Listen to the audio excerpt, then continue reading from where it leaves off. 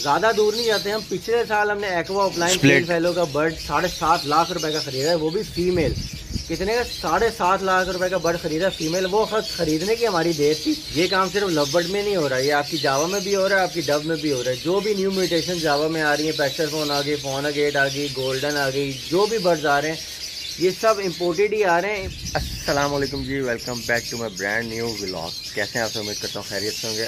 आज की वीडियो हमारी बहुत इन्फॉर्मेटिव होने वाली है, क्योंकि इस वीडियो में हम एक्सपोज करने वाले हैं इस लव इंडस्ट्री के पूरे माफिया को, जो इसके अंदर मुलविस है उन सब के बारे में बात करेंगे। और हाँ, जो मैं सीनियर ब्रीडर्स के बारे में बात कर रहा हूँ, सारे सीनियर ब्रीडर्स एक जैसे नहीं है। सीनियर ब्रीडर्स के बारे में बात कर रहा हूँ जो कि इम्पोर्टर्स के साथ कॉन्टैक्ट में थे, पहले माजी में भी और अब भी।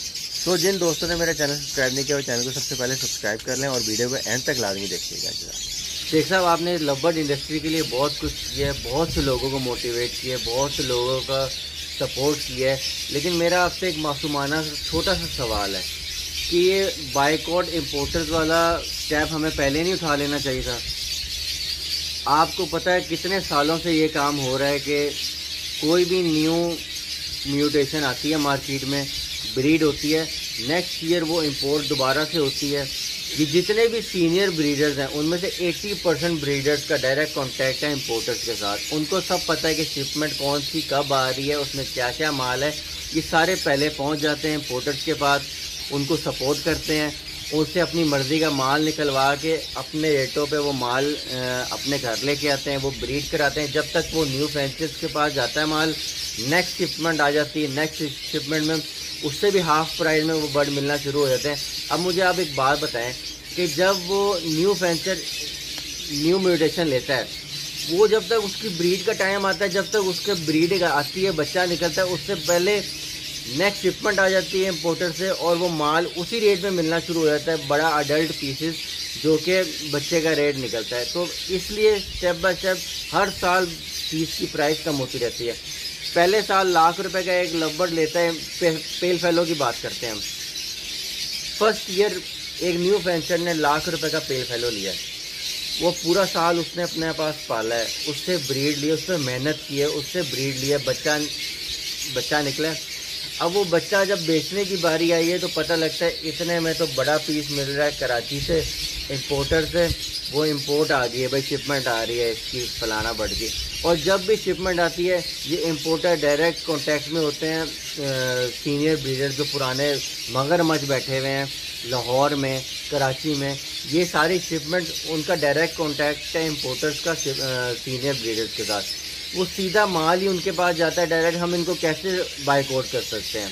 इंपोर्टर से कभी भी जूनियर ब्रीडर या न्यू फ्रेंचर ने कभी भी इंपोर्टर से माल नहीं ख़रीदा, हमेशा सीनियर ब्रीडर ने माल ख़रीदा। और आपको पता है शेख साहब के लाहौर में कौन कौन कहाँ बैठा हुआ है जो इंपोर्टर से डायरेक्ट शिपमेंट्स उठाता है, बल्क क्वांटिटी में माल उठा के सेल करते हैं। तो इंपोर्टर्स को सपोर्ट करने वाला कौन है? क्या मतलब कि किस को हमें बाइकआउट करना चाहिए? इंपोर्टर्स को तो बाइकआउट करना चाहिए, वो तो जाहिर सी बात है, इंपोर्टर को बाइकआउट करना है। साथ हमें क्या उस सीनियर ब्रीडर्स को नहीं बाइकआउट करना है, जिन्होंने माजी में भी इंपोर्टर से माल क्वांटिटी में ख़रीद के मार्केट में माल लोगों को सेल किया, फ़ायदा उठाया उससे। या अभी सिर्फ मुश्किल के वक्त बाइकआउट करना चाहिए इंपोर्टर्स का? उससे पहले जो भी काम हुआ है 2, 3, 4, 5 सालों में, जो इंपोर्टर से माल उठाते हैं डायरेक्ट शिपमेंट लाटों की लाट उठाते हैं, एक्वा ऑफलाइन की, डन फेलोज की, पेल फेलोज की, क्या हमें उनको भी साथ बाइकआउट नहीं करना चाहिए?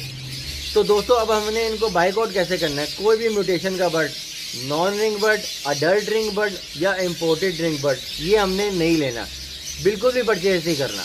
ये काम सिर्फ लव बर्ड में नहीं हो रहा है, ये आपकी जावा में भी हो रहा है, आपकी डब में भी हो रहा है। जो भी न्यू म्यूटेशन जावा में आ रही है, पैक्सर फोन आ गई, फोनागेट आ गई, गोल्डन आ गई, जो भी बर्ड्स आ रहे हैं ये सब इंपोर्टेड ही आ रहे हैं। इंपोर्टेड आते हैं वहाँ से, पहले साल और रेट होता है, अगले साल उसका रेट आधे कीमत में वो बिकना शुरू हो जाता है। अब पैक्सर फोन का क्या है, पिछले साल अब उसका रेट था 3-3.5 लाख रुपए जी, अब वो इंपोर्ट पे इंपोर्ट हो रही है माल उन इंपोर्टर ने डायरेक्ट क्वांटिटी में मंगवाना शुरू कर दिया और रेट उसका कम कर दिया। क्यों कर दिया भाई? इसीलिए कि लोग पसंद कर रहे हैं वो। ना आपको इंपोर्टेड बर्ड के नाने का पता है, ना दादे का पता है, ना प्यो का पता है, ना माँ का पता है। ठीक है। ये एक म्यूटेशन के लिए बहुत ज़रूरी है। क्रीमिनो टेक्निनो तो आप चलो उसमें से एक ही कलर निकलना है, लेकिन जो म्यूटेशंस में आप चले जाते हो, बेशक कोई भी पेल फेलो डन फेलो जो भी हो, अगर आपको उसने मास्किंग वाला बर्ड निकाल दिया तो आपकी सारी गेम, आपकी सारी मेहनत ज़ाया है। ठीक है। इम्पोर्टेड बर्ड ब्रीड बहुत मुश्किल से करता है, 20% चांसेस उसकी ब्रीड करने का, और वो सर्वाइव भी बहुत मुश्किल से होता है, क्योंकि वहाँ की आबो हवा और इधर पाकिस्तान की आबो हवा में बहुत फ़र्क है। ज़्यादा दूर नहीं जाते हम। पिछले साल हमने एक्वा ऑफलाइन पेल फेलो का बर्ड 7.5 लाख रुपए का ख़रीदा है, वो भी फीमेल। कितने का? 7.5 लाख रुपए का बर्ड ख़रीदा फीमेल। वो ख़रीदने की हमारी देर थी।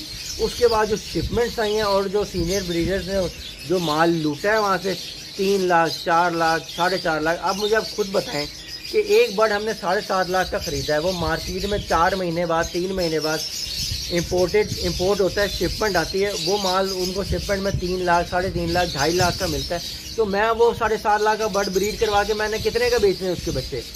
उसके बाद क्या हुआ है? उसके बाद इंपोर्टर्स ने माल मंगवाया, क्वांटिटी में माल मंगवाया, लाटों में एक्वा ऑफलाइन पेल फेलो, स्प्लिट पेल फेलो, सारे बर्ड उसमें आए हैं।